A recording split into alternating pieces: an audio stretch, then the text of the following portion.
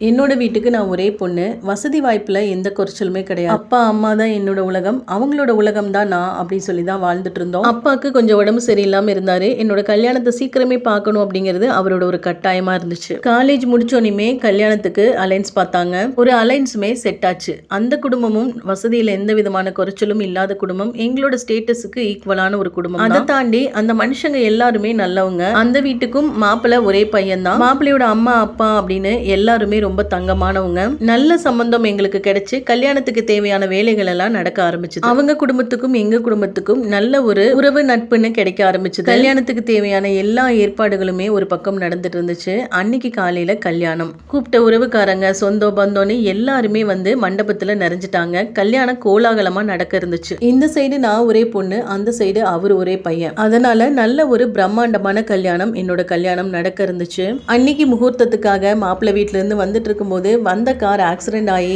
மாப்பிள்ளையோட அம்மா அப்பா அதுல இருந்து ஒரு சில உறவுக்காரங்கள் அப்படின்னு எல்லாருமே இறந்துட்டாங்க. இது விதி நடந்துச்சு அப்படின்னு இருந்தாலும் அந்த இடத்துல அந்த ஒரு பெண் தான் பாதிக்கப்படுவா. அப்படித்தான் நான் பாதிக்கப்பட்டேன். இந்த பெண் ராசி இல்லாதவ, இவளை கல்யாணம் பண்ணிக்க வந்தா இந்த மாதிரி எல்லாம் ஆயிரும் அப்படின்னு எல்லாருமே ஒரு கட்டுக்கதையை கட்ட ஆரம்பிச்சிட்டாங்க. இதையெல்லாம் பார்த்து வலி தாங்க முடியாம என் அப்பாவும் ஹார்ட் அட்டாக்ல இறந்துட்டாரு.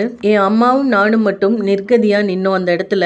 எல்லாருமே எங்களை கேவலமா பேச ஆரம்பிச்சாங்க. இந்த பொண்ணோட ராசி சரியில்லை அப்படின்னு எல்லாம் என்னோட முகத்துக்கு நேராவே பேச ஆரம்பிச்சாங்க. ரொம்பவே மனசு கஷ்டமா இருந்துச்சு. நல்ல குடும்பம், நல்ல ஒரு குடும்பத்தை நான் இழந்தேன். பாசமான என் அப்பாவையும் இழந்தேன். எனக்கும் எல்லா பெண்கள் மாதிரியும் கல்யாண ஆசைகள், கல்யாண கனவுகள்னு நிறையவே இருந்துச்சு. கொஞ்ச நேரம் போயிருந்தா என்னோட கழுத்துல தாலி ஏறி இருக்கும். அந்த கல்யாண வாழ்க்கையில நான் அடி எடுத்து வச்சிருப்பேன். ஆனா என்னோட விதி இந்த மாதிரி ஒரு சம்பவம் நடந்துருச்சு. எல்லாமே முடிச்சதுக்கு அப்புறமா எனக்கு அந்த ஊர்ல இருக்க பிடிக்கல. எங்களோட சொத்துக்களையும் சில பேர் எங்களோட சூழ்நிலையை பயன்படுத்தி ஏமாத்தி வாங்கிட்டாங்க. நானும் அம்மாவுமா அடுத்த கட்டம் என்னன்னு தெரியாம தனிமரமா கொஞ்ச நாள் இருந்தோம். அம்மாவும் கொஞ்ச நாள்ல இறந்து போயிட்டாங்க. என் வீட்டுல நான் செல்லமா வளர்ந்ததுனால என்னோட தேவைகள் எல்லாமே அப்பா அம்மா பூர்த்தி செஞ்சு கொடுத்துருவாங்க. வெளி உலகமே தெரியாம வளர்ந்த பொண்ணு. அப்போ அந்த சூழ்நிலை கண்ணை கட்டி காட்டுல விட்ட மாதிரி. நான் யாருக்கும் மனசறிஞ்சு எந்த துரோகமும் பண்ணல. ஆனா என்னோட வாழ்க்கையே, என்னோட விதியே இப்படி என்னோட வாழ்க்கையில விளையாடுச்சுன்னு எனக்கு தெரியல. இன்னைக்கு தனி மரமா ஆறுதலுக்கு கூட ஆள் இல்லாம ஒரு வாழ்க்கைய, இருளான ஒரு வாழ்க்கையை நான் வாழ்ந்துட்டு இருக்கேன். கோடி கோடி ரூபாய் சொத்து இருந்தாலும் உறவுகள் அப்படின்னு ஒரு விஷயம் இல்லை அப்படின்னா